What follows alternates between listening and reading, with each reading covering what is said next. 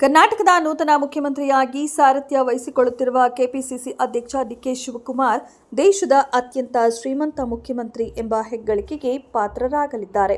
Association for democratic reforms ವರದಿಗಳು ಹಾಗೂ ಚುನಾವಣಾ ಅಫಿಡವಿಟ್ಗಳ ಪ್ರಕಾರ ದೇಶದ ಬೇರೆಲ್ಲ ರಾಜ್ಯಗಳ ಮುಖ್ಯಮಂತ್ರಿಗಳನ್ನ ಹಿಂದಿಕ್ಕಿ ಡಿಕೆಶಿ ಮೊದಲ ಸ್ಥಾನದಲ್ಲಿದ್ದಾರೆ.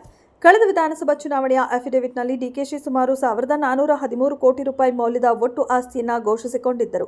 ಈ ಪೈಕಿ 273 ಕೋಟಿ ಚರ ಆಸ್ತಿ ಇದ್ದರೆ ರಿಯಲ್ ಎಸ್ಟೇಟ್ ಮತ್ತು ಜಮೀನು ಸೇರಿ ಸ್ಥಿರ ಆಸ್ತಿ 1140 ಕೋಟಿ ರೂಪಾಯಿ ಇದೆ. 265 ಕೋಟಿ ರೂಪಾಯಿಗಿಂತ ಹೆಚ್ಚು ತನಗೆ ಸಾಲವಿದೆ ಎಂದು ಹೇಳಿಕೊಂಡಿದ್ದರು. ಡಿಕೆಶಿ ಅವರ ಆಸ್ತಿಯಲ್ಲಿ ಬೆಂಗಳೂರು ಹಾಗೂ ದೇಶದ ಪ್ರಮುಖ ನಗರಗಳಲ್ಲಿರುವ ಭೂಮಿ, ವಾಣಿಜ್ಯ ಕಟ್ಟಡಗಳು, ಶಿಕ್ಷಣ ಸಂಸ್ಥೆಗಳು, ಗಣಿಗಾರಿಕೆ ಮತ್ತು ರಿಯಲ್ ಎಸ್ಟೇಟ್ ಉದ್ಯಮಗಳ ಪಾಲು ಪ್ರಮುಖವಾಗಿದೆ.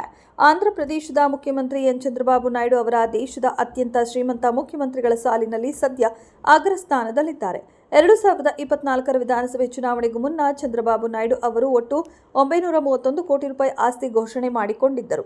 ತಮಿಳುನಾಡಿನ ಮುಖ್ಯಮಂತ್ರಿ ಚಂದ್ರಶೇಖರ್ ಜೋಸೆಫ್ ವಿಜಯ್ ಅವರು 648 ಕೋಟಿ ರೂಪಾಯಿ ಮೊತ್ತದ ಆಸ್ತಿಯೊಂದಿಗೆ ದೇಶದಲ್ಲೇ ಸದ್ಯ 2ನೇ ಸ್ಥಾನದಲ್ಲಿದ್ದಾರೆ.